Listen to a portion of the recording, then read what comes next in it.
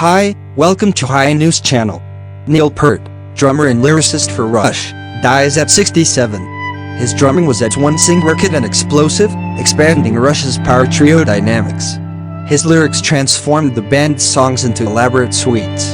Neil Peart, the pyrotechnical drummer and high-concept lyricist for the Canadian progressive rock trio Rush, died on Tuesday in Santa Monica, California. He was 67. The cause was brain cancer, according to a statement by the band's spokesman, Elliot Mintz.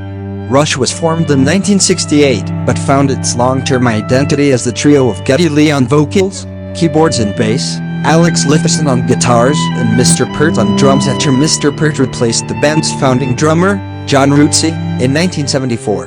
Mr. Peart's lyrics transformed the band's songs into multi-section suites exploring science fiction, magic and philosophy, often with the individualist and libertarian sentiments that informed songs like Tom Sawyer and Free Will. And Mr. Peart's drumming was at once intricate and explosive, pinpointing odd meters and expanding the band's power trio dynamics. Countless drummers admired his technical prowess. In a recording career that continued into the 2010s, Rush headlined arenas and had more than a dozen platinum albums. Mr. Peart was also an author, writing books about his travels and his memoirs. After a Rush tour in 2015, he retired from performing, citing its physical toll. According to the band's statement, he had been suffering from brain cancer for 3.5 years. His drumming was songwriting, Foo Fighters drummer, Taylor Hawkins, said during Rush's induction into the Rock and Roll Hall of Fame in 2013. It was just as musical, just as melodic, as any other instrument in the band. He also noted that Mr. Peart had spawned a generation of air drummers for decades to come. Neil Peart was born on September 12, 1952, in Hamilton, Ontario, where his parents, Glenn and Betty Peart, had a dairy farm. In 1980 he told Modern Drummer magazine that as a child he would pick up chopsticks and play on my sister's playpen. He hadn't been interested in early piano lessons, but at 13 he began taking drum lessons and found that drumming was pure pleasure, he told the magazine. I'd come home every day from school and play along with the radio. After playing in rock bands during his teens, he moved to England at 18. But in 1972 he returned to Canada, where he worked at his father's farm equipment dealership and played with local bands. In 1974, an audition got him into Rush. He became the band's lyricist, he said in 1980, just because the other two guys didn't want to write lyrics.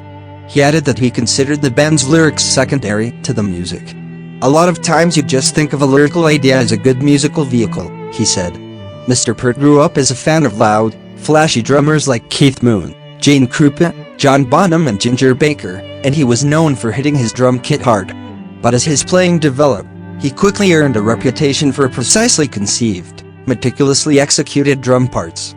He expanded the standard drum kit with double bass drums and a wide array of cymbals, wood blocks, bells and timpani, and he eventually added electronic percussion to his arsenal when it suited the music.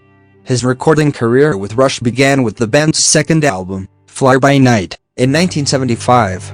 His approach immediately transformed the music from blues-based hard rock to compositions that were more demanding, ambitious and changeable. Rush's 1976 album, 2112, began with a 20-minute, 7-part title track. Rush built an audience through extensive touring and increasing FM radio airplay, and its early 1980s albums, Permanent Waves, 1980, and Moving Pictures, 1981, both reached the top 5 in the United States. Moving Pictures, which includes the song Tom Sawyer, was the band's best-selling album, with 4 million sales in the United States. By then, Rush had established itself on the arena circuit, where it persisted until its last tour in 2015. Rush's music altered through the decades, embracing synthesizers and electronics, reclaiming power trio muscle, but never shied away from musical challenges or grand verbal conceits. The band stated that Clockwork Angels, its 2012 album, features lost cities, pirates, anarchists, exotic carnival, and a rigid watchmaker who imposes precision on every aspect of daily life.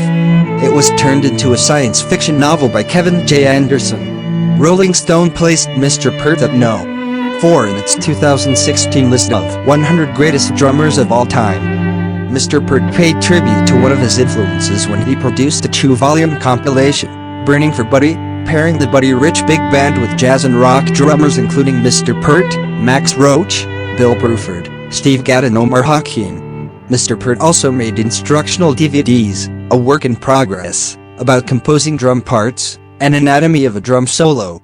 He was an avid motorcyclist, and wrote 6 books about his travels and music.